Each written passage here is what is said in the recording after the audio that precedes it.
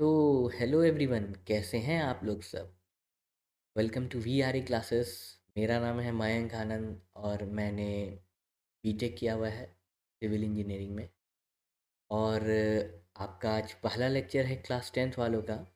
Chapter का नाम है केमिकल रिएक्शन एंड इक्वेशन। और पहला चैप्टर बहुत ही फाउंडेशन वाला चैप्टर है, बहुत ही इम्पोर्टेंट से पढ़ने वाला चैप्टर है, क्योंकि यही चैप्टर आपके आपका पूरा बेस बनाएगा केमिस्ट्री। ठीक है, तो बिना किसी देरी के चलिए स्टार्ट करते हैं उस चैप्टर को और उसको समझना स्टार्ट करते हैं। ठीक है,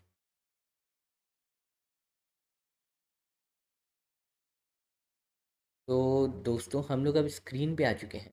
ठीक है, सबसे पहले क्या करते हैं कि चैप्टर का नाम लिख लेते हैं। ठीक है, तो चैप्टर का नाम लिख लेते हैं, chemical reaction and equation.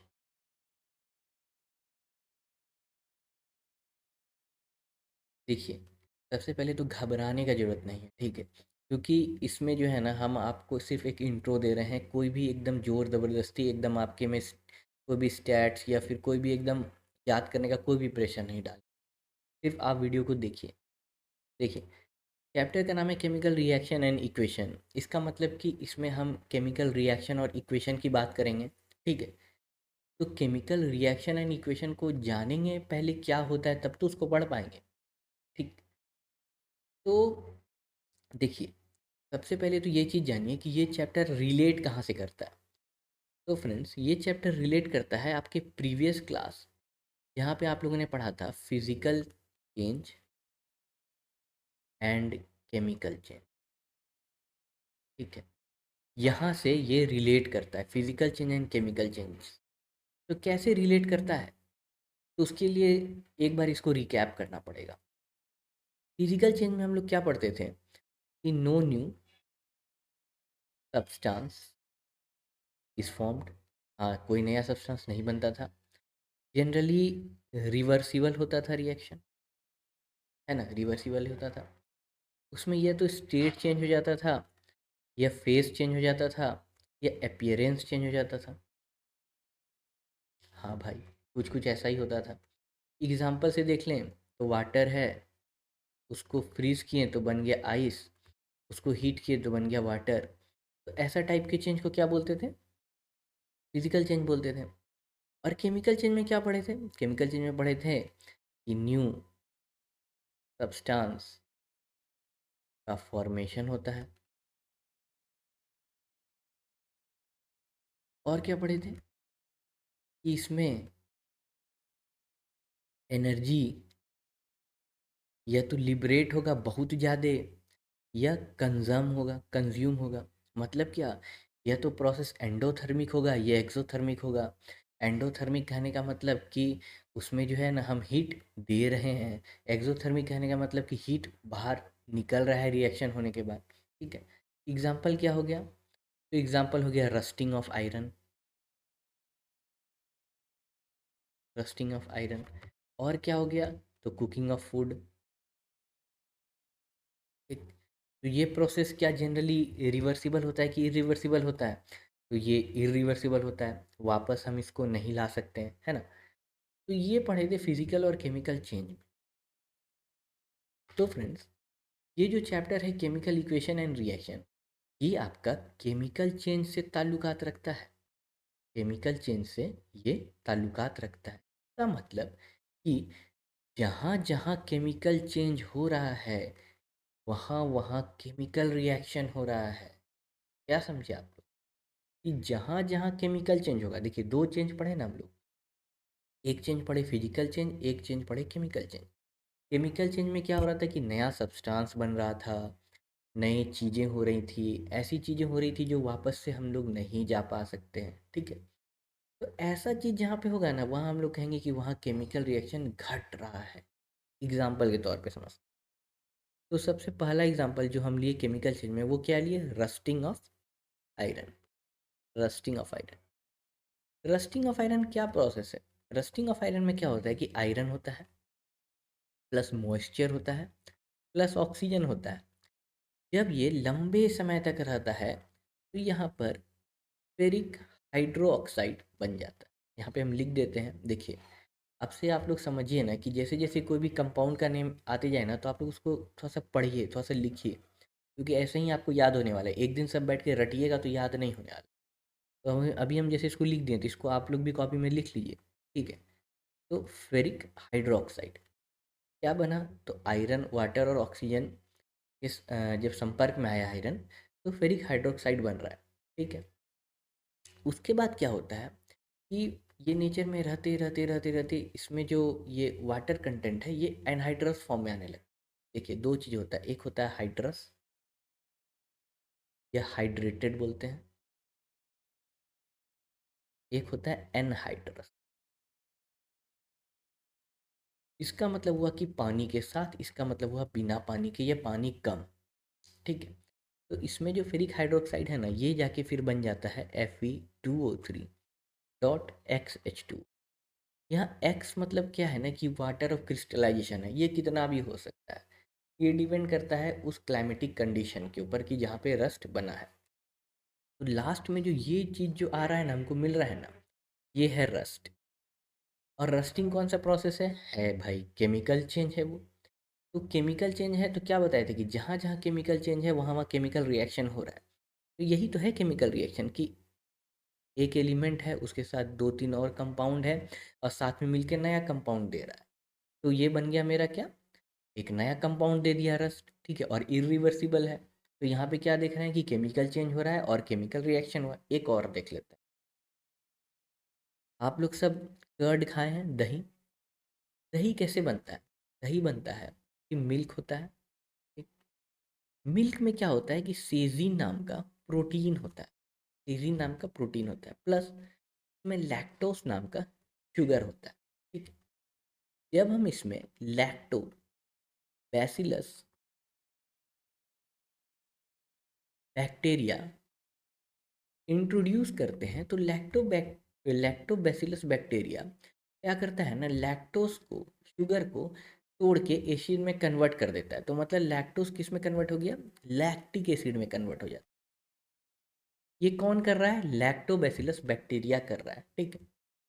This lactic acid के एनवायरनमेंट में ये जो सेजीन प्रोटीन होता है ना, ये क्या होता है, कडल होना स्टार्ट हो जाता है, मतलब थक्का बनने लगता है।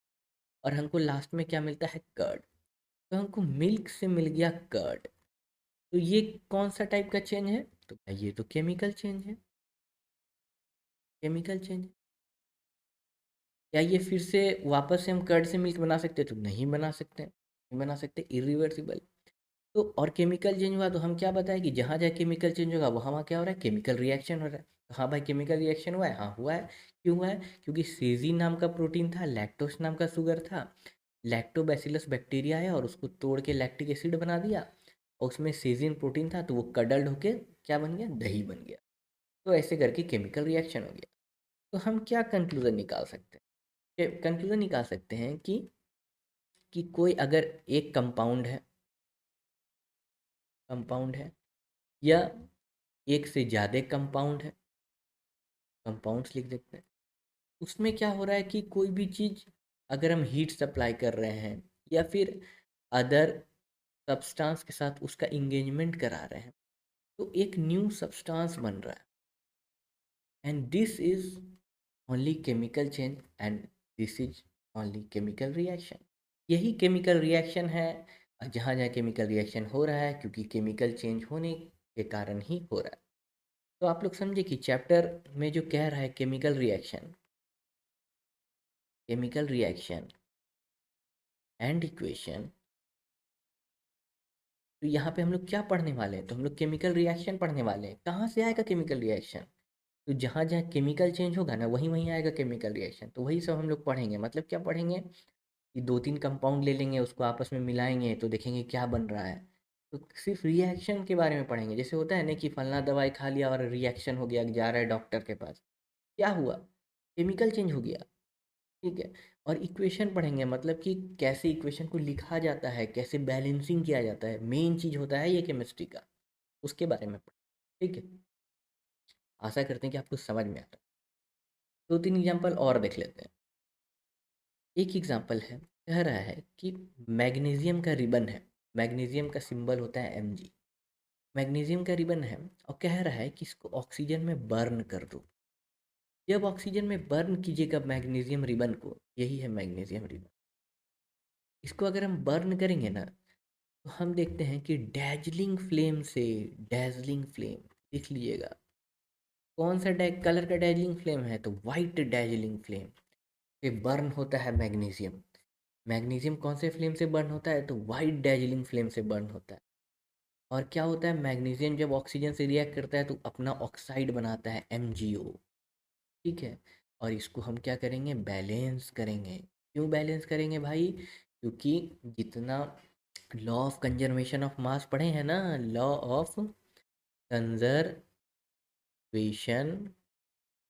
ऑफ मास कहता है कि मास का neither be created not be destroyed. तो मतलब जितना है उतना ही ना बनाओगे। पहले क्या था कि पहले Mg और O2 था तो सिर्फ MgO बन रहा था, तो यहाँ पे दो ऑक्सीजन मॉलिक्यूल था, यहाँ तो एक ही बन रहा था, तो बैलेंस करेंगे ना, इसीलिए बैलेंस किया जाता है, ठीक है। तो जब ये बर्न होता है ना तो नीचे देखोगे ना कि कुछ पाउडर टाइप का सब्सटेंस गिरा हुआ रहता है, वो जो पाउडर टाइप का सब्सटेंस गिरा हुआ रहता है ना वही होता है MgO, मैग्नीशियम ऑक्साइड, ठीक है। अब इसमें एक क्वेश्चन पूछा जाता है कि जब भी मैग्नीशियम रिबन होता है तो उसको हम लोग सैंड पेपर से रब क्यों करते हैं, सैंड पेपर से रब क्यों करते हैं, देखिए सैंड पेपर का रब करना इसलिए किया जाता है क्योंकि सैंड पेपर का जो सरफेस होता है वो होता है रफ, ठीक है। तो उससे क्या होता है ना कि ऊपर का लेयर रिमूव हो जाता है। तो मैग्नीशियम का रिबन जो मेरे पास एकदम प्योर एलिमेंट होता है मैग्नीशियम, वो हवा के कांटेक्ट में आने के बाद वो क्या करता है ना कि मैग्नीशियम ऑक्साइड का एक लेयर अपने साइड बना लेता है, ठीक है। अब हम इसको जाकेंगे बर्न करने के लिए, समझो कि माचिस का तीली है, अगर उसको हम भिगा दिए हैं पानी में तो तुरंत आग पकड़ेगा, नहीं पकड़ेगा। तो कहने का मतलब वही हुआ कि मैग्नीशियम ऑक्साइड का जो लेयर बन जाता है ना तो इसके कारण ये बर्न अच्छा से होता नहीं है। जब हम इसको सैंड पेपर से रब करते हैं तो ये लेयर क्या होता है, रिमूव हो जाता है और प्योर मैग्नीशियम बाहर की तरफ एक्सपोज होता है, जिसकी वजह से हमारा रिएक्शन वो अच्छे से होता है, ठीक है। इसका रीज़न यही है। एक और पढ़ लेते हैं, ये NCERT में दिया हुआ है, कहा है कि एक फ्लास्क ले लिया गया है, फ्लास्क में क्या किया गया है ना कि डाइल्यूट हाइड्रोक्लोरिक एसिड डाला गया और एक पाइप अटैच्ड है, ठीक है, एक पाइप अटैच्ड है यहाँ। और इसमें क्या किए ना कि जिंक मेटल को डाल दिए, जिंक मेटल को डाल दिए या जिंक ग्रैन्यूल्स, ग्रैन्यूल्स मतलब होता है बुरादा। बुरादा इसलिए क्योंकि देखो जिंक का अगर एक टुकड़ा डालोगे ना तो मान लो एक टुकड़ा है, ये जिंक का एक टुकड़ा है, डाल दिए, लेकिन यही टुकड़ा को अगर हम छोटा छोटा तोड़ दें तो क्या होता है ना कि सरफेस एरिया बढ़ जाता है। समझो कि एक कढ़ाई है, अगर उसमें एक मिर्च डाल दो, एक सिंगल मिर्च डाल दो और उसके बाद यही मिर्च को छोटा छोटा करके बारीक करके डाल दो, तो कौन सी कढ़ाई में जो सब्जी है वो ज़्यादा तीखी हो जाएगी। ऑब्वियसली बात है कि जिसमें हम टुकड़ा टुकड़ा करके डालेंगे वही, क्योंकि सरफेस एरिया बढ़ जाता है।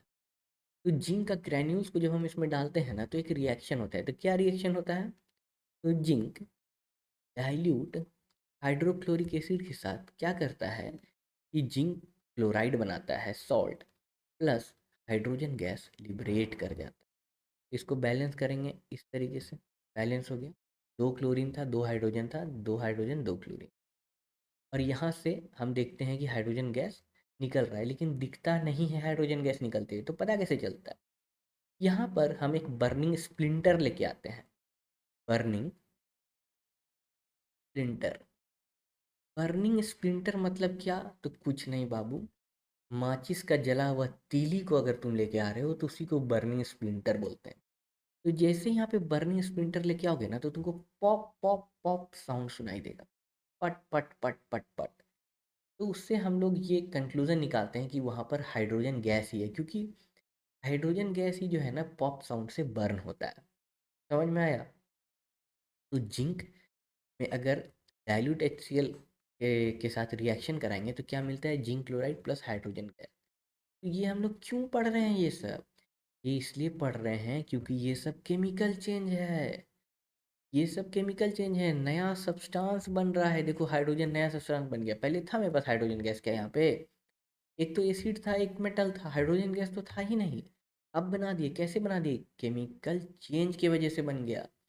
और केमिकल चेंज कहाँ होता है? तो उसके बैक एंड में केमिकल रिएक्शन चल रहा होता है, तभी तो हुआ। बिना रिएक्शन के कोई चेंज कैसे होगा? पढ़ोगे तो ना नंबर आएगा। वही बात है यहाँ पर। ठीक है, अब थोड़ा सा और आगे बढ़ जाते हैं। एक और आपके में एग्जांपल दिया है एनसीईआरटी में, उसको भी क्लियर करते हैं। दिया है कि lead nitrate PbNO3 plus potassium iodide. Lead nitrate plus potassium iodide मतलब कहा कि एक एक फ्लास्क है और उसमें क्या है कि पोटेश पोटेशियम आयोडाइड, या पहले से रख लो, दोनों में से कोई भी चीज़ पहले रख सकते हैं। पहले हम लोग लेड नाइट्रेट रख देते हैं, PbNO3। तो लेड नाइट्रेट में क्या करेंगे ना, जब पोटेशियम आयोडाइड हम लोग डालेंगे तो हम लोग देखेंगे ना कि नीचे में कुछ पीला पीला पीला पीला बन रहा है।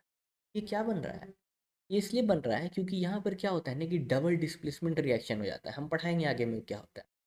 उसमें क्या होता है कि एक देखो, एक ये मेटल है M1, और ये रेडिकल है, ये दूसरा मेटल है पोटेशियम।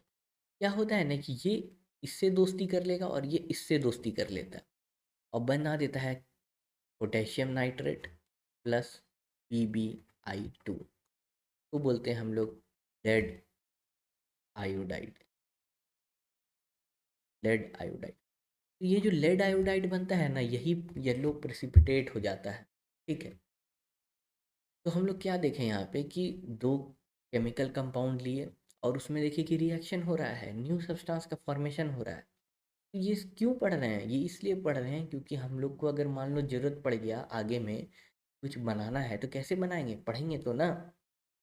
तो यहीं पर है उसका बेसिक कि केमिकल रिएक्शन क्या होता है। यही सब होता है केमिकल रिएक्शन, जहाँ पे केमिकल चेंज हो रहा है। ठीक है, तो आशा करते हैं कि आपको ये वीडियो समझ में आया होगा। कोई तरह का डाउट हो तो कमेंट सेक्शन में लिखिए, उसको क्लियर करेंगे। ठीक है, हमारा यहाँ पर ये यहाँ पर से आप सपोर्ट ले सकते हैं, नंबर वगैरह दिया रहता है, आप वहाँ पर से अप्रोच कर सकते हैं। अगर आपको वीडियो अच्छा लगा है तो आप अपने फ्रेंड्स में ज़रूर शेयर करें, क्योंकि ये हमारा पूरा सीरीज़ चलने वाला है जिसमें कि हम लोग एक एक चैप्टर को आके उसको कवर करेंगे। ठीक है, okay, thank you very much, मिलते हैं नेक्स्ट वीडियो।